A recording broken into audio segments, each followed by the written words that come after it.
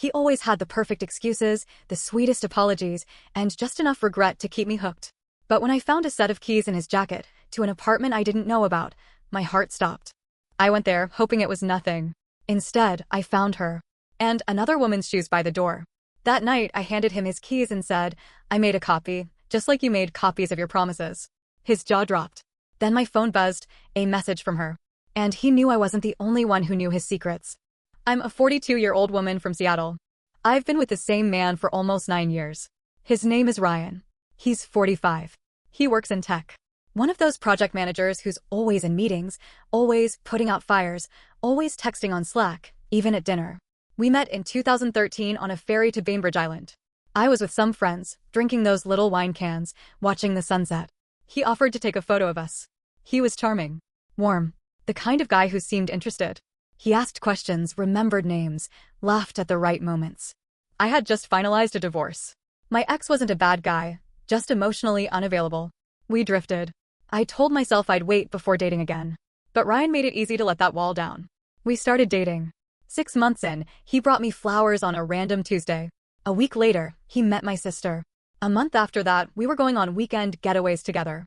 Oregon coast, Vancouver, Whidbey Island. By year 1, we were living together in Fremont. He was thoughtful. He cooked. He made me playlists. He picked up oat milk without being asked. He remembered my work stories. And when I say he was perfect, I don't mean flashy. He was quiet perfect. Soft-spoken. Calm. He didn't raise his voice.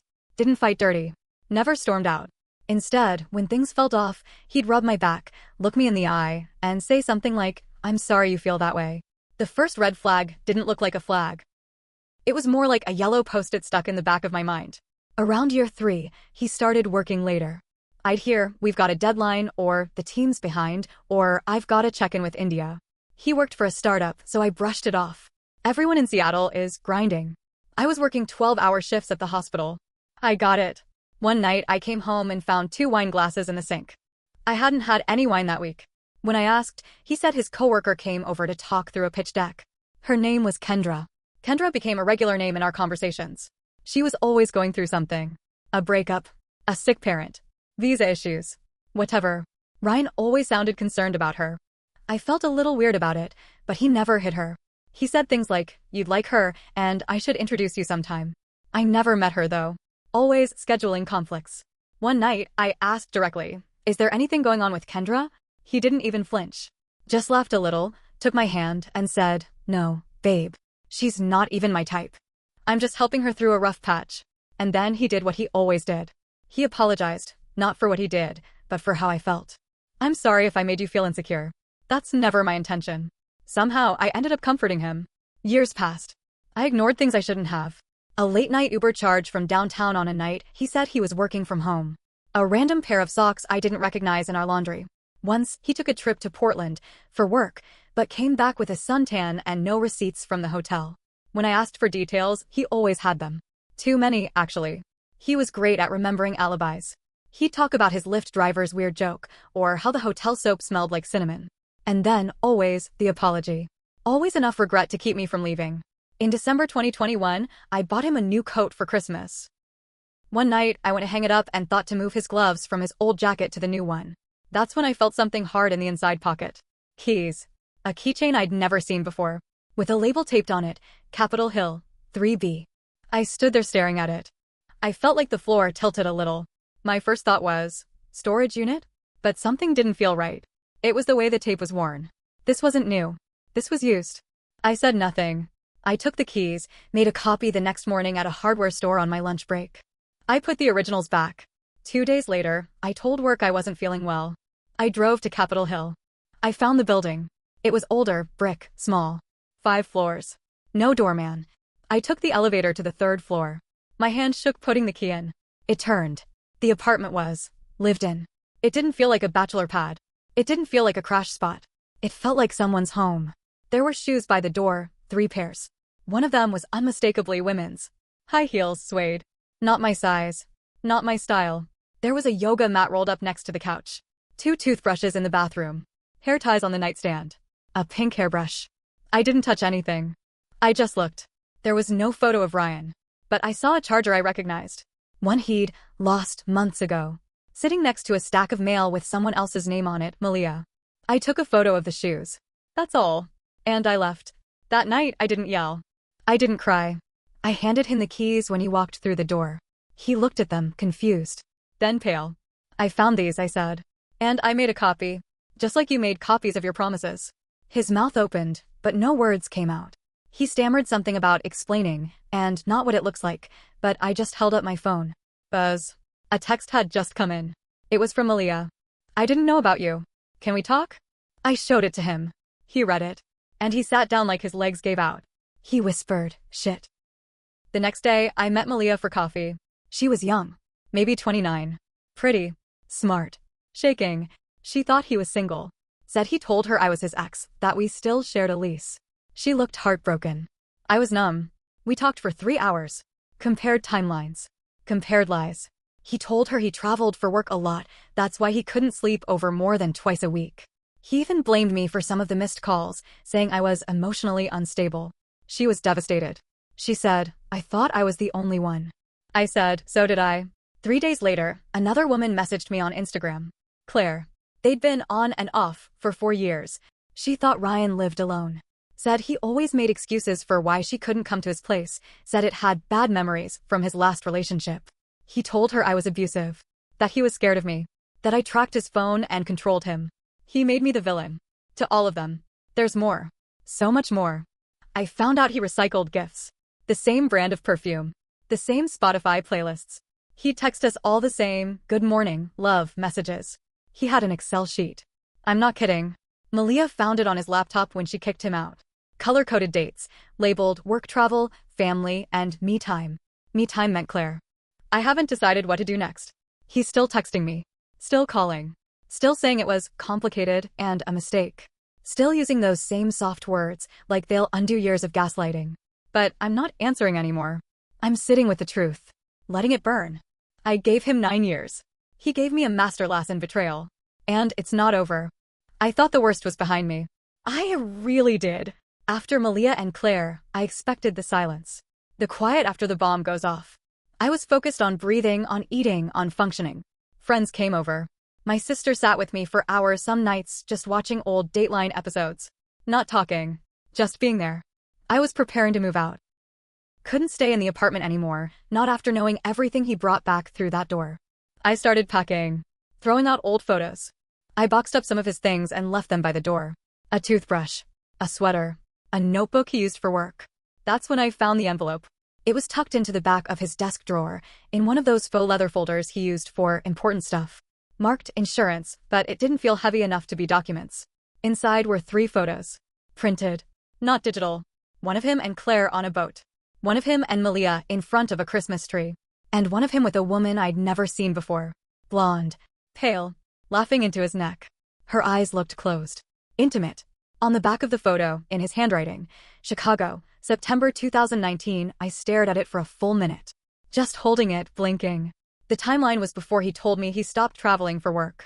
He said he wanted to be home more. Said it was too hard on me when he left for days. Turns out, he wasn't traveling less. He was just traveling differently. I took a photo of the picture and sent it to Malia and Claire. Neither of them knew who she was. I started digging. His email was still logged in on the iPad. I know it's wrong, but I didn't care anymore. I searched Chicago. Dozens of emails popped up. Flight confirmations. Hotel bookings. Dinner reservations. All for a woman named Lauren. Her last name matched the mail I found at the Capitol Hill apartment, so Malia must have been subletting from her. Or maybe they shared the lease. I didn't know. I felt sick. I found one email where she wrote, still thinking about Paris. I want to go back next spring with just you this time. Paris? He told me he'd never been. That it was on his bucket list. I went to my photo app. Searched March 2020. There was a weird week where he said he was in Portland for a conference. I remembered it because it was the weekend my dad went to the ER and I couldn't get a hold of Ryan. He said he'd been in a building with bad reception. Now I think it was just the Eiffel Tower. I called him. Not to scream. I just wanted answers. He didn't pick up. But 20 minutes later, he showed up. Not knocking. Just using his key. I stood there, photos in hand. Who is Lauren? I asked. He didn't speak. Just rubbed his face. Then, it's not what you think. I laughed. Harder than I meant to. I was losing my grip. He stepped closer. She was someone I met before you. It overlapped. A little. 9 years ago? I asked. We've been together 9 years. He didn't look up. So I said it again. 9 years.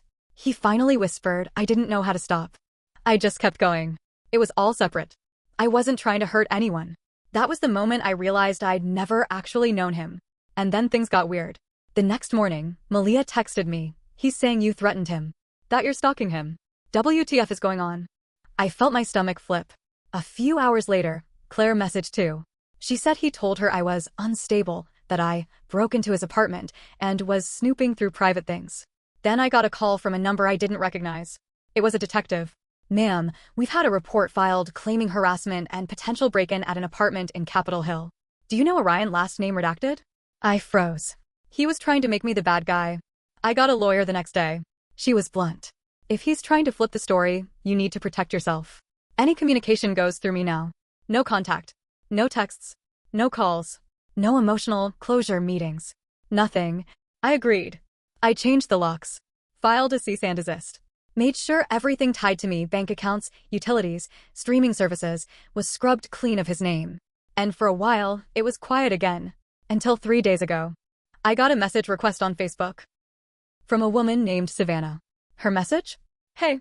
I think we're dating the same guy. Savannah. I stared at her message for maybe 10 minutes before I responded. She said they met in January 2022, a few months after I found the Capitol Hill apartment. After the whole thing with Malia and Claire. After the confrontation. After I handed Ryan his keys.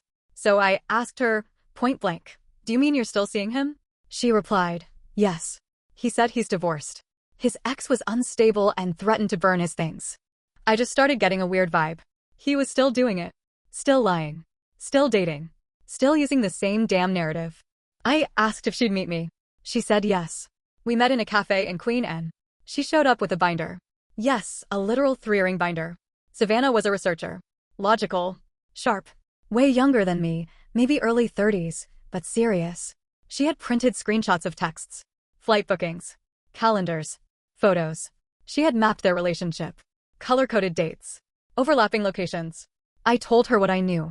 Every piece. When I got to the part about Lauren in Chicago, she interrupted me. Her eyes went wide. I met him in Chicago. We matched on Bumble while I was there on a work trip. The room went sideways for a second. This man had recycled cities. It gets worse. She asked me, have you ever heard of a woman named Rachel? I hadn't. She pulled up a picture. I recognized the apartment. The Capitol Hill one. But Rachel was not Malia. And she wasn't Lauren. And she wasn't Claire. Or Savannah. Rachel was someone else. She looked older. Maybe early 50s. Confident. Blonde bob. There was a picture of her with Ryan, hugging in front of a wine bar. Savannah said Rachel posted a birthday tribute on Instagram. Happy 1 year with this incredible man. Can't wait to see what year 2 brings. The post was dated August 2022. He was still seeing Rachel, too. While also seeing Savannah. While already being outed by me, Malia, and Claire. He hadn't slowed down. He had ramped up. He didn't disappear. He duplicated. Savannah and I made a timeline together. She was methodical. She even had a spreadsheet template for tracking affairs. I kid you not. She said she made it after dating another liar years ago. We color-coded everything. My relationship was blue. Malia, green. Claire, orange. Lauren, red. Savannah, yellow. Rachel, purple. We were missing weeks of time. Periods he claimed to be off the grid, or visiting family, or retreating for mental health. Then Savannah got an idea. What if he's traveling for sex tourism? The idea made me physically recoil. I didn't want to believe it, but at this point, nothing was off the table. She dug into his LinkedIn. His travel history. She found 2 forums he was a member of under a fake name, but we could trace the username. One was a travel group. Another was escort reviews. I felt something in my chest collapse. He had been using business trips to meet escorts. Across states. In Europe. In South America. There were usernames tied to hotel reviews. Some with pictures of the rooms, same ones in the background of photos he had sent me. It wasn't just cheating. It was a system. A network. Savannah's exact words. This guy's not just a narcissist. He's running a lifestyle. We looped Claire and Malia into a group chat. We laid it all out. Photos. Screenshots. Timelines. A map. They were stunned. Angry. Heartbroken. But not shocked. And then Malia dropped a bomb. I'm late. And we didn't use protection in January. Silence. I took 2 tests. Positive. Claire was the first to say it. You need to tell him. But Malia hesitated. He'll twist it. Say I trapped him. Say it's not his. He told Lauren once that I was crazy enough to fake a pregnancy for attention. I remembered how he told me once that his ex faked a miscarriage to keep him. Back then, I felt sorry for him.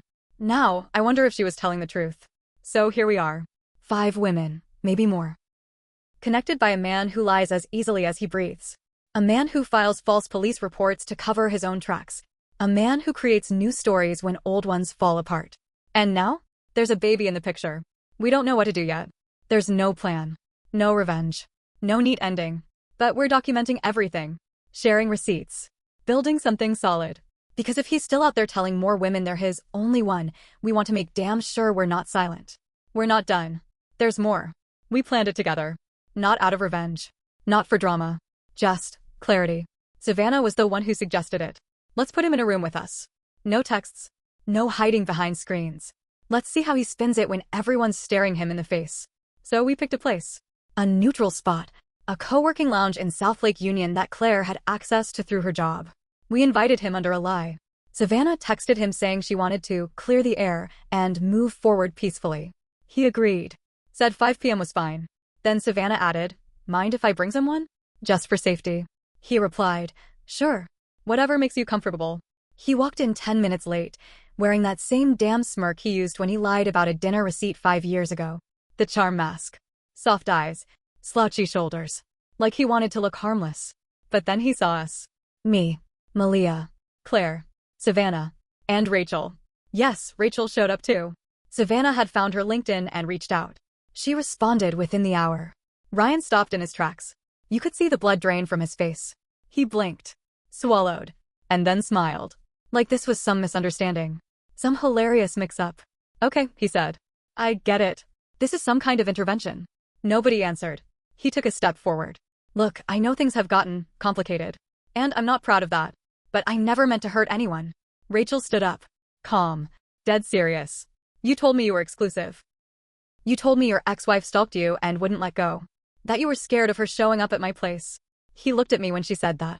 A flash of guilt, then back to neutral. He tried the soft voice next. The one that used to melt me. You're all hurt. I understand. But I wasn't trying to live some double life. I was just figuring things out. I cared about each of you in different ways. Savannah scoffed. You had a spreadsheet, Ryan. He froze. Malia pulled out the folder. Dropped it on the table. Hotel bookings. Flight confirmations. Messages to escorts. Photos. It's all here. He shook his head, almost laughing. Jesus. You've been digging like FBI agents. No, Claire said. FBI agents catch criminals. We just caught a liar. Then the room exploded. Not in screaming, but in emotion. Tears. Shaking hands. Everyone talking at once. Demands. Questions. Do you even remember what you told me about my brother's funeral? That you couldn't come because of work? You were in Paris.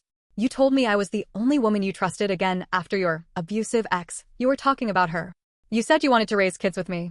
I'm pregnant, Ryan. That's when he snapped. He slammed his hand on the table.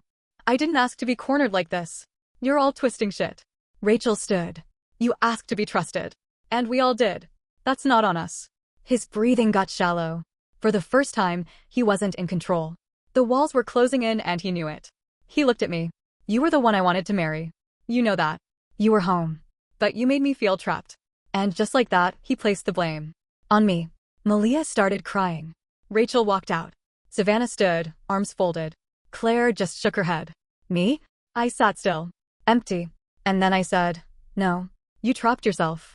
You just used us as pillows to fall on. He didn't reply. He turned and left. Didn't take his coat. Didn't say goodbye. Just disappeared down the hall like a shadow that knew it had finally been caught. Malia broke down in the hallway. Claire held her. Savannah called an Uber for Rachel. I sat on a bench outside, watching traffic move like nothing had happened. Like the world didn't just shift under our feet. Ryan tried texting later. Just 3 words. I'm so sorry. Then another. Please talk. Then nothing. We all blocked him. Weeks passed. Then months. Malia moved back to California to be near her mom. She's keeping the baby. Says she'll never let him near it. Savannah started a blog about emotional fraud and digital abuse. She's helping other women trace timelines and spot patterns. Claire? She's dating again. Slowly. She says she double-checks everything now but refuses to be bitter. Rachel cut all contact. Said she doesn't even want to say his name again. Me? I stayed in Seattle. Got my own apartment. Adopted a second dog. Kept going to therapy. I still get this numb feeling sometimes, like I lost a whole part of my life I'll never get back. Like I gave someone 9 years of my love, and they repaid it in receipts, lies, and aliases. But I'm also free. I'm not checking someone's pockets. Not wondering if the smile is real. Not looking over my shoulder every time a text comes in. I'm just me. Healing. I learned that love isn't always soft. Sometimes it's manipulative. Calculated. Performed. But truth is loud when it finally shows up. Even if it breaks everything in the room.